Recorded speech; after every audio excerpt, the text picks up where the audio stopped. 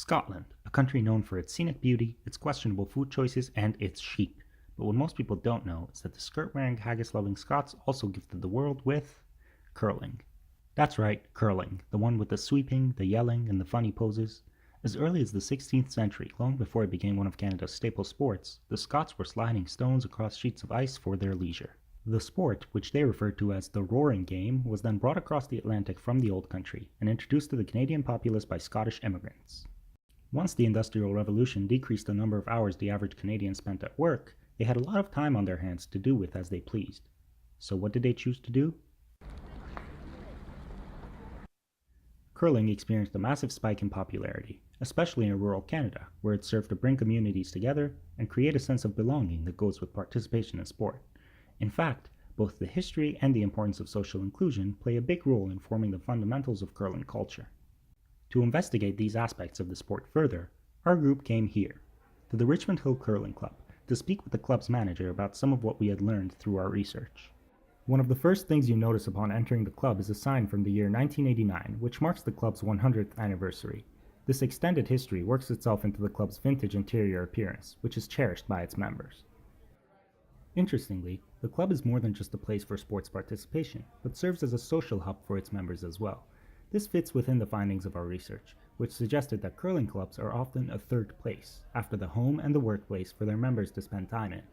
In this way, curling manages to bring people together, creating a sense of belonging and inclusion. We spoke to the club's manager about this aspect of curling life. It depends on the individual. I would say for the most part, it is very social. I'm coming out to have a drink with my friends or meet with my friends and be social, but I'll have to curl first.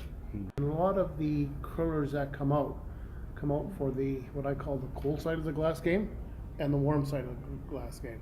So it's a very social event. So the game is played on the ice, and these 6 tables are here for a reason. They will come off as a team. They will sit together with their opponents, and the winners buy the losers a drink, the losers buy the winners a reciprocate after. And it's a social thing. You'll spend 2 hours on the ice, and you may spend an hour, here. Equally as important as the social aspect of the sport is the idea of inclusion. So would you say overall there's kind of a sense of inclusion in curling? Yes, absolutely. Yeah? How is that kind of promoted in the sport? It's promoted through the age and demographics. Okay. So from an age point of view, I said we've got little rockers 6 years old to the senior curlers that'll be out in their 90s. In the demographics, we really market to the neighborhood here in the community. In addition, the Richmond Hill Curling Club does a lot of work to ensure that the needs of individuals with disabilities are accommodated. This includes the use of helping sticks and other tools to make the game more accessible. The club also provides support to reduce some of the barriers to participation, such as cost. We have a group of Special Olympics. We actually do some work to subsidize their membership. They don't pay a thing. The club funds all of that, and they come here and curl.